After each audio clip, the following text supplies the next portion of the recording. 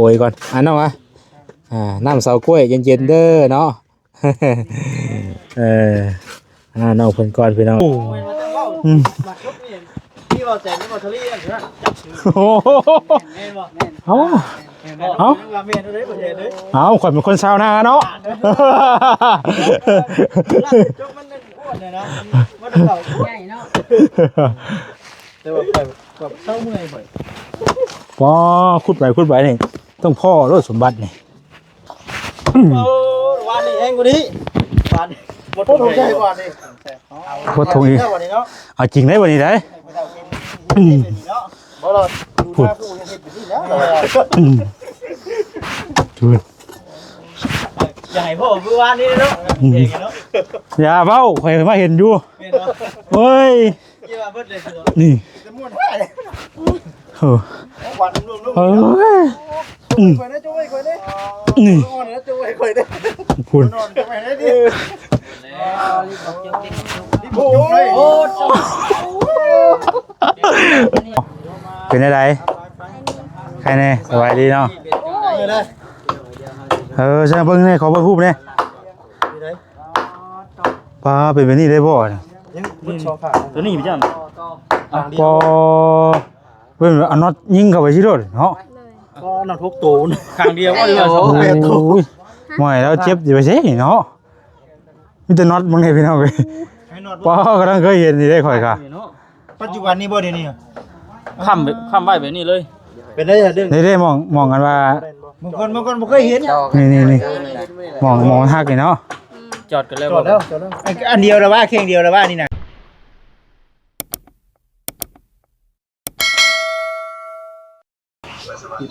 พี่น้องเลยมาเบิ่งเพิ่นขุดห้องน้ำน้องแต่บาดนี้พี่น้องเลยโธ่มามื้อนี้ลงลึกกูเก่าเนาะสบายดีน้องโอยโดยน้องโอยแล้วว่ะโอ้โธ่พี่น้องเลยเนาะมามื้อนี้ลึกกูเก่าเนาะโธ่มามื้อนี้ก็แล้วได้นี่มามื้อนี้ก็แล้วได้นี่พี่น้องเอ้ยแล้วก็ท่อลงได้บาดนี้เนาะมันยังชุ่มอยู่บ่เป็นหอมเลยเพราะว่ามันก็ฝนตกมันก็ซึมลงไปห้อนประมาณจังเม็ดหนึ่งเนาะแต่ตัวนี้มันแห้งไงตัวนี้พี่น้องต้องแต่ดิแต่เพิ่นไปกวดขาเพิ่นไปกวดขาไปเช้าเพิ่นบ่ไปแต่8 โมงน่ะไปแต่8 โมงปุ๊มีแต่น้องเพิ่นพี่น้องอยู่เฮือนเนาะขุดห้องน้ำว่านี่ขุดในสำนักว่านี่เนาะโอ้มีฮอดเขียดบ่เนี่ยแล้วว่าเขียดมันลงไปเฮ้เห็นบ่เห็นเนื้อเขียดขายาวตัวนี้หน่อยมันดีอยู่หั่นเด้มันดีอยู่ฮะมันชุ่มมันเย็นเลยอ่ะพอน้องแต่เพิ่นยังบ่ทันได้มาเนาะอันคือสิเป็นคำเติบเพิ่นได้เพิ่นจังสิมาพี่น้องเอ้ยผมเพิ่นก็ไปนำกันแต่ว่าอันน้องบอยเลยไป4 คนไป4 คนบ่บ่าวถือเราอยู่บนเนาะบัดพ่อแอนบ่พ่อแอนบ่บอสบ่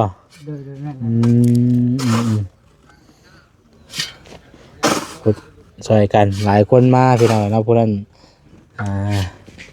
คุดพวกนี้คุดกะทำงานกันแล้วนะใครเราห่มมันเริ่มมาได้บาทนี่เนาะนี่ห่มตัวนี้เขาลงไปปุ๊บกับพอดีซุบลงไปกะพอดีห่มเลยเย็นได้เนาะมันว่ามันดินชุ่มเด้เขาลงไปมันดินชุ่มมันเลยเย็นบาทนี่เท่งว่าฮ้อนบาทนี่เพราะว่าดินมันอายดินตัวนี้มันตากแดดเด้พี่น้องเอ้ยเนาะเอาน้ำให้น้องโอยก่อนน้องวะ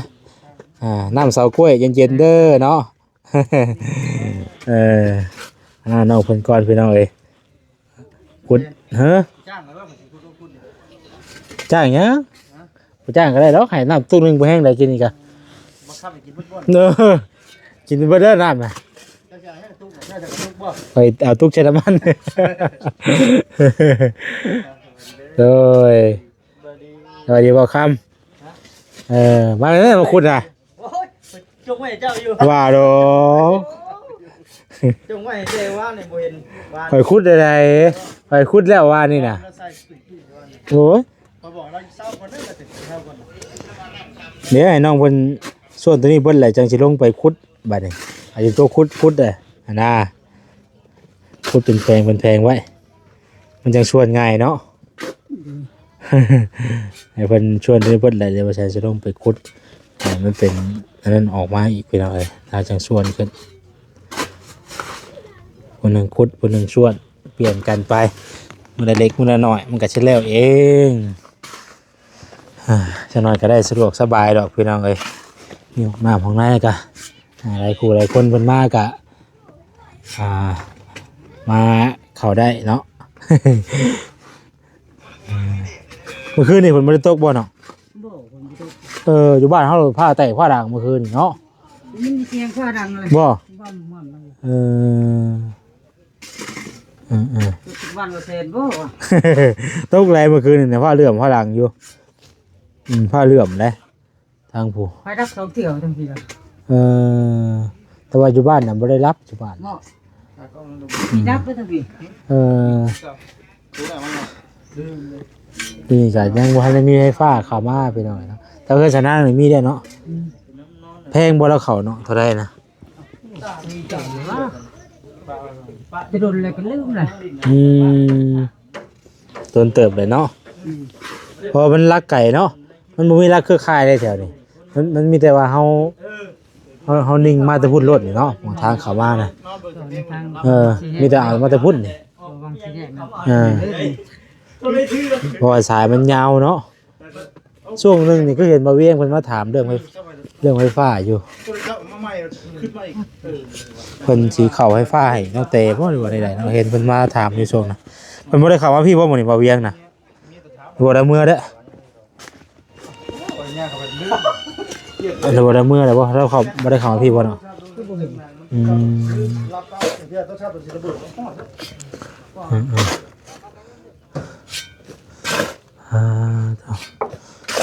ส่วนไปลูกเนาะ ฮะ ถ้าบ่ได้จะบ่ได้เมื่อยได้ส่วนนี่ชื่อหาไหน ส่วนนี่เราต้องถามว่าจิตเด้อนี่โลกาอันหยังก็กาอันหยังก็มันรึบเลยดิ กาจระเข้บ่ บ่แม่น ได้แบบบ่น้อยบ่ กามาจอก มาเจาะอ้าปาก พอดีเลย เมื่อยแล้วมันหอบได้ เออเราว่าบ่ได้เมื่อยเด้อล่ะว่ะโอ้ยส่วนดีแล้วว่ะ บ่น้อยบ่ใหญ่นี่พอดี เบิ่งว่าแซ่จะลงไปขุดบัดนี้ เห็นดีเห็นดี เออ เห็นดีแท้ เห็นดีด้วยนะป้าบักซิบรถนี่น่ะ แต่หมกเช้าก็ได้ มักใช่ มาใช้จะต้องไปคุด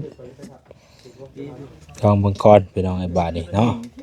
ให้น้องเพิ่นพักผ่อนกินน้ำซะก่อนพุดช่วยกันบาทนี่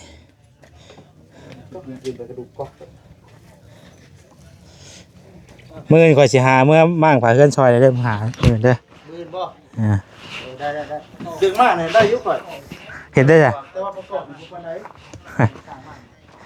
สร้างมากคือเป็นสร้างมากง่ายอยู่ป่ะ ง่ายง่าย สร้าง ถ้าประกอบเลยได้รถเรือเนี่ยกระดับที่กัน บายดีเด้อพี่น้องเด้อวันนี้กายตอนนี้ก็ลงมาขุดห้องน้ำพี่น้องเนาะขุดคุมห้องน้ำอยู่บ้านน้องแต่ขุดคุมห้องน้ำอยู่บ้านน้องแต่พี่น้อง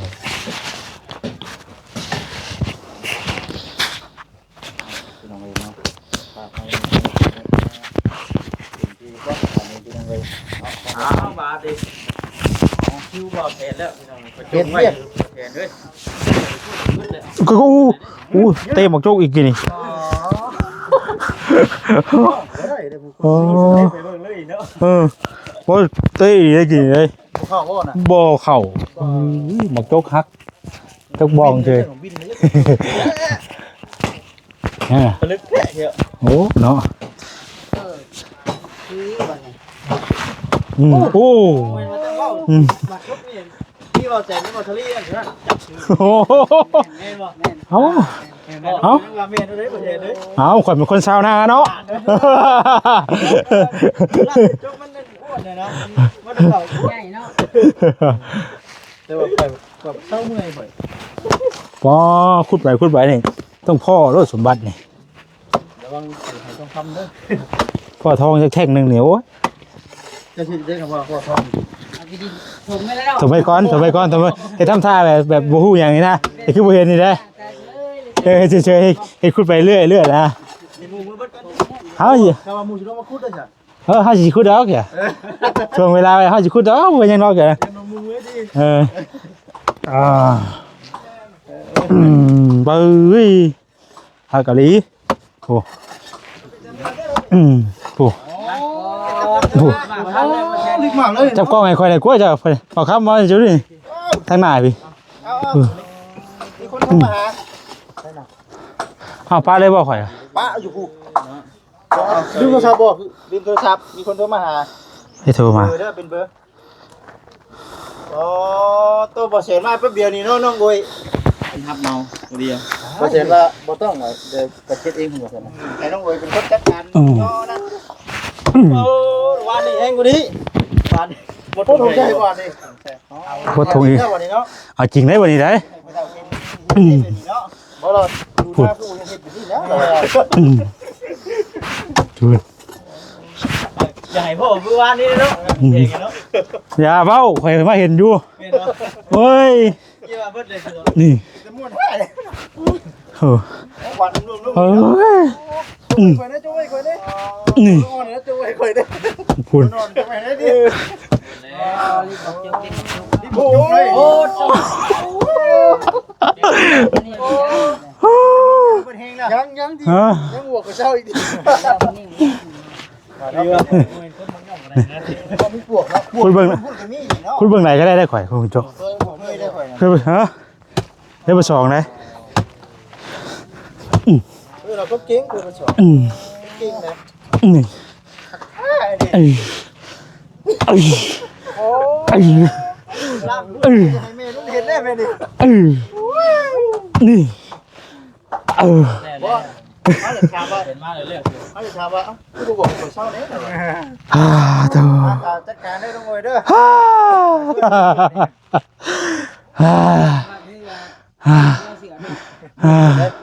หลังรถปึงวะ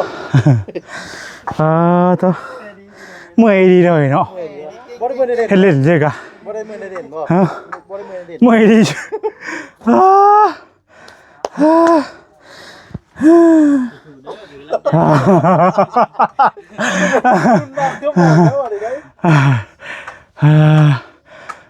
ตัวเอาเห็นไหนมันม้วนๆเลยทีเนาะเอาเมื่อยดิใช้เมื่อยก่อนเอาขึ้นได้ป่ะนี่เฮ้ยเอาขึ้นได้ป่ะส่งขาดได้อ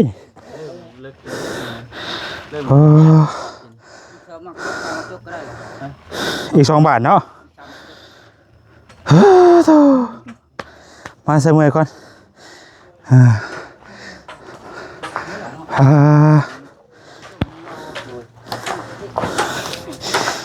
เพื่อไต่เลยค่อย นั่งก่อนนั่งเย็นๆก่อน เดี๋ยวนั่งก่อนเด้อ ปั่นกันหน้าบางนี้เนาะกันหน้าบ่ถ่ายให้ขาดหลายปองอยู่เลย จางคักเตะออกเลยเนาะ ชอบไหมพ่อ ฮะชอบไหมกันหน้าบ่ถ่ายให้ขาดหลายปองอยู่ นี่ขาดได้บ่ โอ้ยขาดตั้งแต่ยังบ่ได้เห็นหยังครับว่ะ อยู่หน้ากันฮู้ลงอยู่หาฮู้บ่เห็นอยู่เป็นของอยู่ พอเหือออกเลยว่ะบ่เฮ็ดให้มันแบบ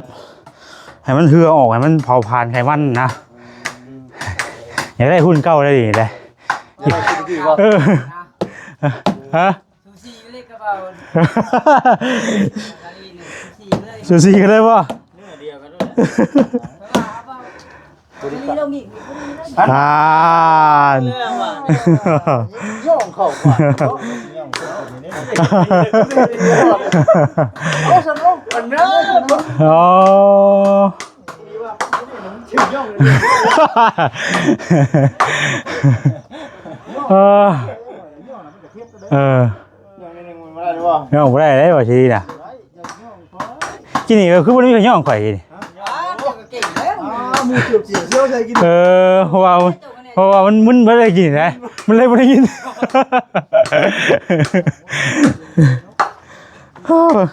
ไปล้างแข้งก่อนพี่น้องเอ้ย ตัวนี้มันสิบ่เหมือนเนาะ โตคักพี่น้องเอ้ยน้ำลัง บ่ยังน้องเอ้ยสูบเอาใหม่ก็ได้ เอาไว้เป็นเย็นบ่หาสิบ่ สูบบ่โตฮ้อนขนาดเลย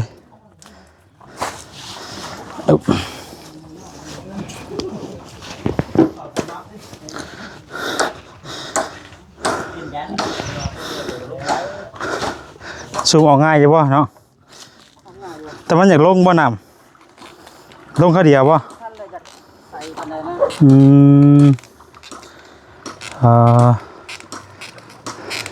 เนี่ย ลายอยู่น่ะ ว่ามันขึ้นมาแล้วก็ง่ายอยู่เนาะโอเคเนาะได้ละใจขอบใจละลายขอบใจตัวฮ้อนพี่น้องฮะสบายดีเฮ็ดหยังน่ะฮะพันแกนคูณเฮ็ดหยังโอ้ยย่างว่าถ้าบาดนี่กินไม่กินตอกไว้ถ้าบาดนี่ คือแขวดีแท้บ่ฮะไม่ว่ากินแขงนี่ก็ย่ำจนได้โอ้ย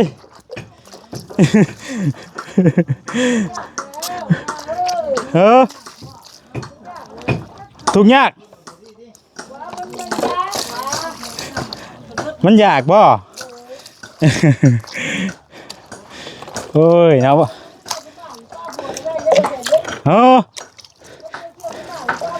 โอ้คนบริเคียเข้ามาป้าผัวก็ได้ป้าโจ้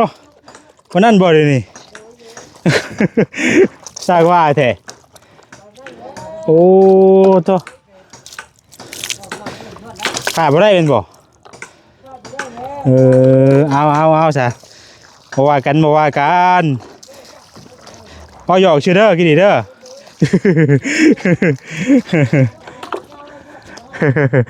พอหยอกชื่อใช้ทั้งประตูมันไปใช่ล่ะ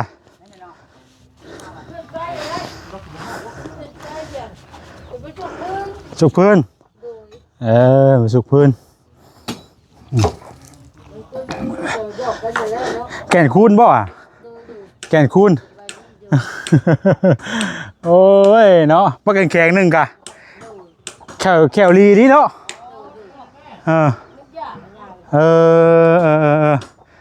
น้องแต่ไว้แล้ว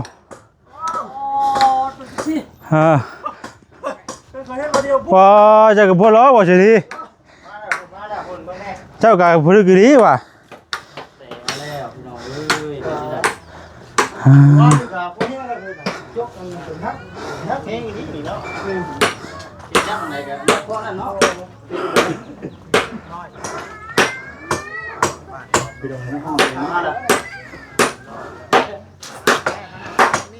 จังใด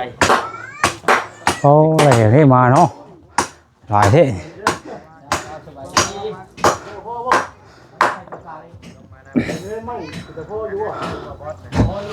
ฮ้อน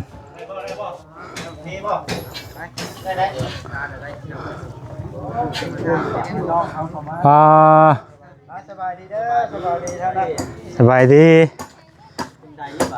ดังปึ้งอยู่เผยฮะดังปึ้งอยู่ได้เผยเป็นอะไรลูก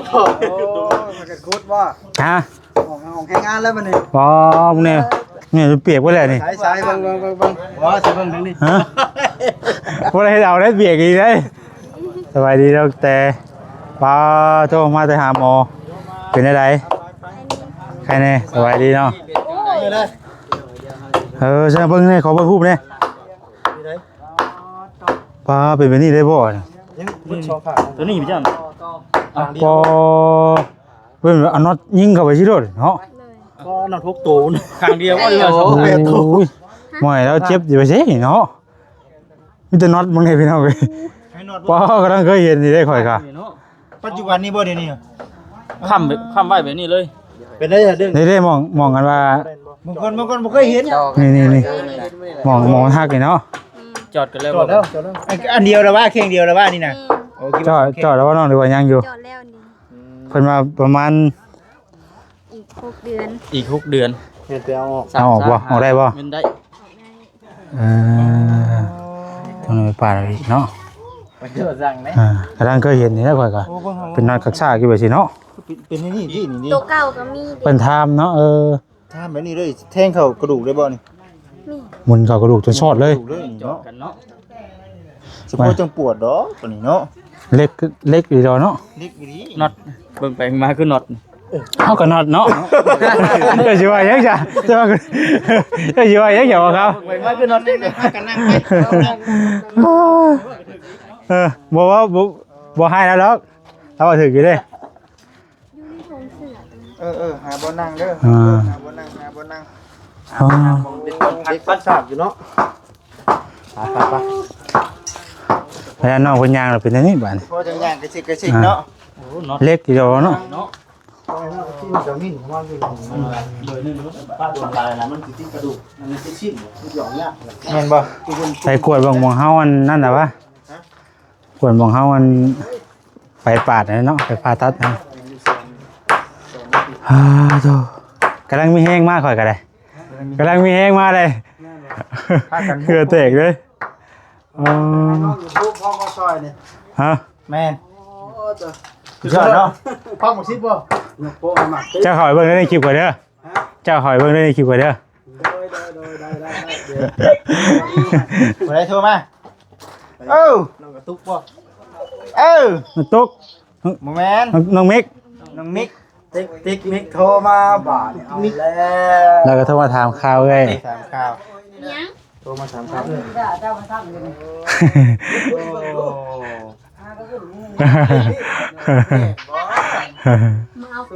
มาเอาไป เพื่อ เงิน โทรมาถามเนาะเพิ่นไปเพิ่นนี่ครับ ตัวเก่าก็มีได้เดี๋ยวจะเอาลงมาให้เบิ่งมันสิคือกัน คือแล้ว ว่าตัวนี้มันเริ่มจอดแล้วเดี๋ยว อันนี้มัน ปัจจุบันนี้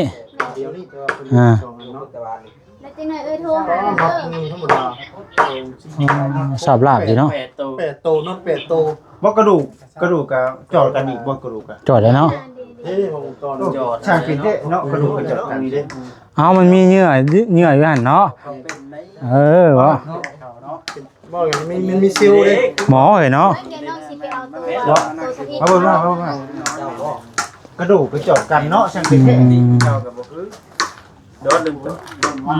แต่มันก็จะบ่คือเก่าเนาะ เก่าบ่ มันเป็นแผลเด้ คือจังเกี้ยวมันน้ำเตะกันเนาะ เออ ไอ้เจ้มันมาคือเก่าก็บ่ได้แล้ว ว่าสิเฮาก็ยอมเด้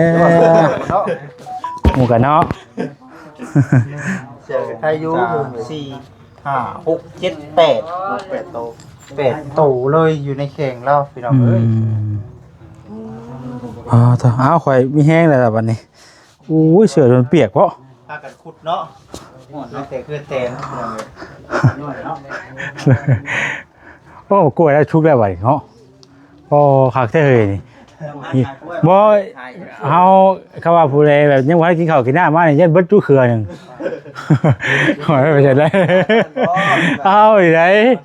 สบายดีบ่แอน สบายดีเก็บไปเก็บมาสบายดีกัน สบายดีเด้อคนรอเด้อคนรอได้บ่แอนน่ะสบายดีคนรอ ว่าถึงใจเฮง จกได้บัดนี้ จบว่าเด็ด เอา หาร้อยกี่ โอ้ ใบเท้าบ่ได้ ใบเท้า แต่น้อง พอหยอกกันพี่น้องเนาะพอนี่เอาเนาะหัวมวน คืนนี่แหละเจ้าบ่ถามค่อยในบ่ว่าน้องแต่ไปเลยเป็นจังได๋นะค่อยอยากเว้าอยู่ได้ เอาก็ท่านได้ถามดิเนาะเอาไปอีกคลิปนึงใช่ปะคอยมันเจอไม่ได้เลยเอาไปอีกคลิปนึงใช่ใบเก่าเป็นอันนี้เอาไปเดี๋ยวท่านเห็นนั่นนี่ โอ้ นั่นทำใหม่บ่ตัว อันนี้ เบิ่งน้องแต่ระหว่างใบเก่ากับใบใหม่ค่อยเป็นยังบ่ทันเห็นได้นี่ มันแตกหน่อยนึง ข้างนี้ บริน้อยจังนี่นี่ออกแล้ว เบิ่งขาดออกไปกัน บ่มันแตกนะตัวว่ามันพัก โอ้มันแตกกันแล้วมันดึงมันจอดใส่กันไหม ฮักไปสิเลยเนาะ ขึ้นไปวาดกันรูปอันนี้ ระหว่างตัวเก่ากับตัวใหม่นะ ตัวนี้ นี่เด้นี่ ตัวนี้ตอนดำไหม มันดำใหม่ ไม่ตัวนี้เนาะ วันนี้จบ โตคิดแล้ว ก็เห็นเนาะตัวบ่ได้เด้นี่มีหยังข้างในจ้ะนี่ โอ้สมบูรณ์สิคนหาพญาเท่าเนาะ ขาดข้างในเนาะ หักเป็นท่อนเลยหักบ่ซี่น่ะมันก็มันมีอันอยู่มันบ่ได้แตกเด้นี่มันเป็นบ่อมันอยู่เป็นบ่อนี่ ยังยากเนาะ แต่ก็เฮาจับตัวนี้มาชุบใส่ตัวนี้น่ะถือว่าดามไว้บัดนี้ ถ้ามันหมุนน่ะค่อยแห้งสิ บ่ได้เนาะหมุนเนาะ เฮามันหมุนยากได้หมุนเนาะนี่มันเป็นคอไปคือไม่หักแต่เฮามันอ่ะนะเปรียบเทียบแบบคือเฮาเห็น ตัวนี้ตัว ที่ว่ามันยังบ่ได้มีแตกเสียหายไปหั่นนะเนาะมันก็ดามง่ายมันก็มีอยู่ ติดแล้วเนาะบ่มันติดมันก็บ่อยากงามปานใดเนาะ มันเป็นโปรๆเนาะ เนาะ นี่เด้นี่เนื้อ ต้องลูกมันยังเห็นตัว นี่ เห็น นี่ เนาะ มันขึ้นมาบ่นี่ น้องอยากถาม นี่ อยากถามหัว มันขึ้นมานี่ ว่าอีหยังแบบมันขึ้น โอ้ใหญ่แบบอินอันมันหั่นแหละเนาะ ว่า มัน เชื่อมโยงกันเด้ ถ้าเป็นแบบนี้มันก็บ่เห็นได้บัดชีเย็นๆอากาศเย็นๆทนสิโตกูน้องลูกคนนั้นพูดของยัดตัวนี้อยู่แล้ว สิด่างแล้วดิ แม่ 3 ใบเนาะ อ๋อเนาะ มันก็ต้องมีอีกใบหนึ่งใบนั่นตัวคนกวดทางในทางปอดเดี๋ยวอันนี้ยาดมเป็นไง แลเพิ่นว่าเท่าไรก็เบาแอน เพิ่นว่ายังอีกประมาณ6 เดือน 6 เดือน สามารถตัดเอาเล็กออกได้นะ อีก6 เดือน เติบแล้วเกี่ยวกับเกี่ยวน้ำเพิ่นว่าจังมาไหม อันนี้ค่าใช้จ่ายในการผ่าตัดอันนี้ก็หลายบ่ ตัวนี้ทางเฮายังบ่ได้คุยกับเพิ่นนะ มีแต่ถามว่าอะไรก็ให้ฮอดกำหนดก่อนฮอดกำหนดก่อนเนาะ แม่นมีแต่ว่าหลังจากที่เฮาสิไปผ่าตัดเนาะหรือก็มีแต่ว่าไปกวดถ้าว่าเฮาพร้อมก็ผ่าตัดเลยนะแต่บ่ฮู้ว่าราคาเท่าใดมันก็สิประมาณกับตอนที่น้องเพิ่น มันนี่ แรกนั่นแหละ เพราะว่าคือในเล็กตัวอย่างที่นี่เขาเจาะสิมันก็เจ็บเหมือนกันได้นี่ แม่นมันต้องอยู่ในกระดูก นี่มันในกระดูกนี่ เม่นคอเฮาออกก็ต้องให้ มันก็ ก็ต้อง เพื่อแผลตัวนี้สิดีบัดนี้แผลในกระดูกตัวนี้ได้บัดนี้ เนาะ จริงดิ ยอด พอจิตเจ็บ น้องย่างมาเป็นเจ็บนะเพราะว่าน้องเจ็บน่ะวางนี้ก็วางนี้ อันนี้มันคัดไว้ มันค้ำได้เนาะ ค้ำไว้นะ คือกระดูกเฮา แต่ว่าเล็กนี่ยังซื้ออยู่นะเด็กนี่เนาะยังซื้ออยู่บ่ได้โกงได้หยังเนาะ ผู้ชื่อของน้องนี่ก็ผู้ชื่ออยู่ว่ามีเด็กข้างในเนาะ มี ผู้ชื่อ แบบมันก็คันยุบๆนิด โอ้มันเป็นเล็กเนาะ ช่วงหนึงน่ะน้องแบบน้องคันน่ะนะคันเหลือคันแห้งอยู่นี่คันแบบน้องมายิกเอาน้องบ่กล้าเกาเด้ยิกเอาแล้วก็ว่ายไปเลยก็ มันอันนี้แหละตัวนี้แหละเนาะเล็กนี่แหละมัน คัดน้ำเล็กนี่แหละ เล็กนี่แหละมันเข้าไปอยู่ในร่างกายเฮาเด้ แถวนี้มันก็บ่ได้คันนี่คันแต่ว่าซึ่งนิด อ๋ออยู่ทึงพุ่นเนาะ ส่วนนั้นนะเนาะ ขาเนาะบ่แม่นแข้งเนาะ ส่วนนี้กับส่วนนี้นะแม่นบ่ เฮาย่างก็ยัดอันนี้แหละคำ พวก นะ ขาพี่น้อง แม่นอันนี้ก็จะเป็นกระดูกกระโพกเนาะนี่เนาะมากระโพกมานี่นะ ต่อถ้าว่าบ่เอาเล็กใช้เป็นตรงเตงเลยเนาะ มันบ่จอดเลย บ่จอด ค้ำไว้ ถ้าอีกน้ำบ่โหดนั่นหาหน้าที่ทั้งแข่งกับขาก็โหดเขาโลดบ่มีเล็กเลย มันหย่อเข้ามาบ่ แม่มันไข่มันบ่มีวางแตกบ่มีวางแตกเด้บาดอยู่นี่ก็เพิ่นโจเอา มาเลยก็หักอยู่ทางในแต่ว่าทางนอกนี่ปกติบ่ได้เป็นบาดเป็นแผลหยังเลย ส่งเอียงก็บ่ได้ขาดส่งขาด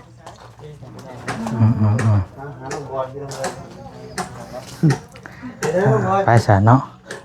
ถามไทยกันต่อ หายไว้บัดนี้เนาะ ชอยไว้ดีไว้เด้อน้องเด้อ ไว้นั่นแหละเอาให้กับทางดอกแอน ฮ้อนไปพี่น้องขอลาไปก่อนเด้อพี่น้องเด้ออยู่ดีมีแฮงมีสุขทุกคนพี่น้องเนาะ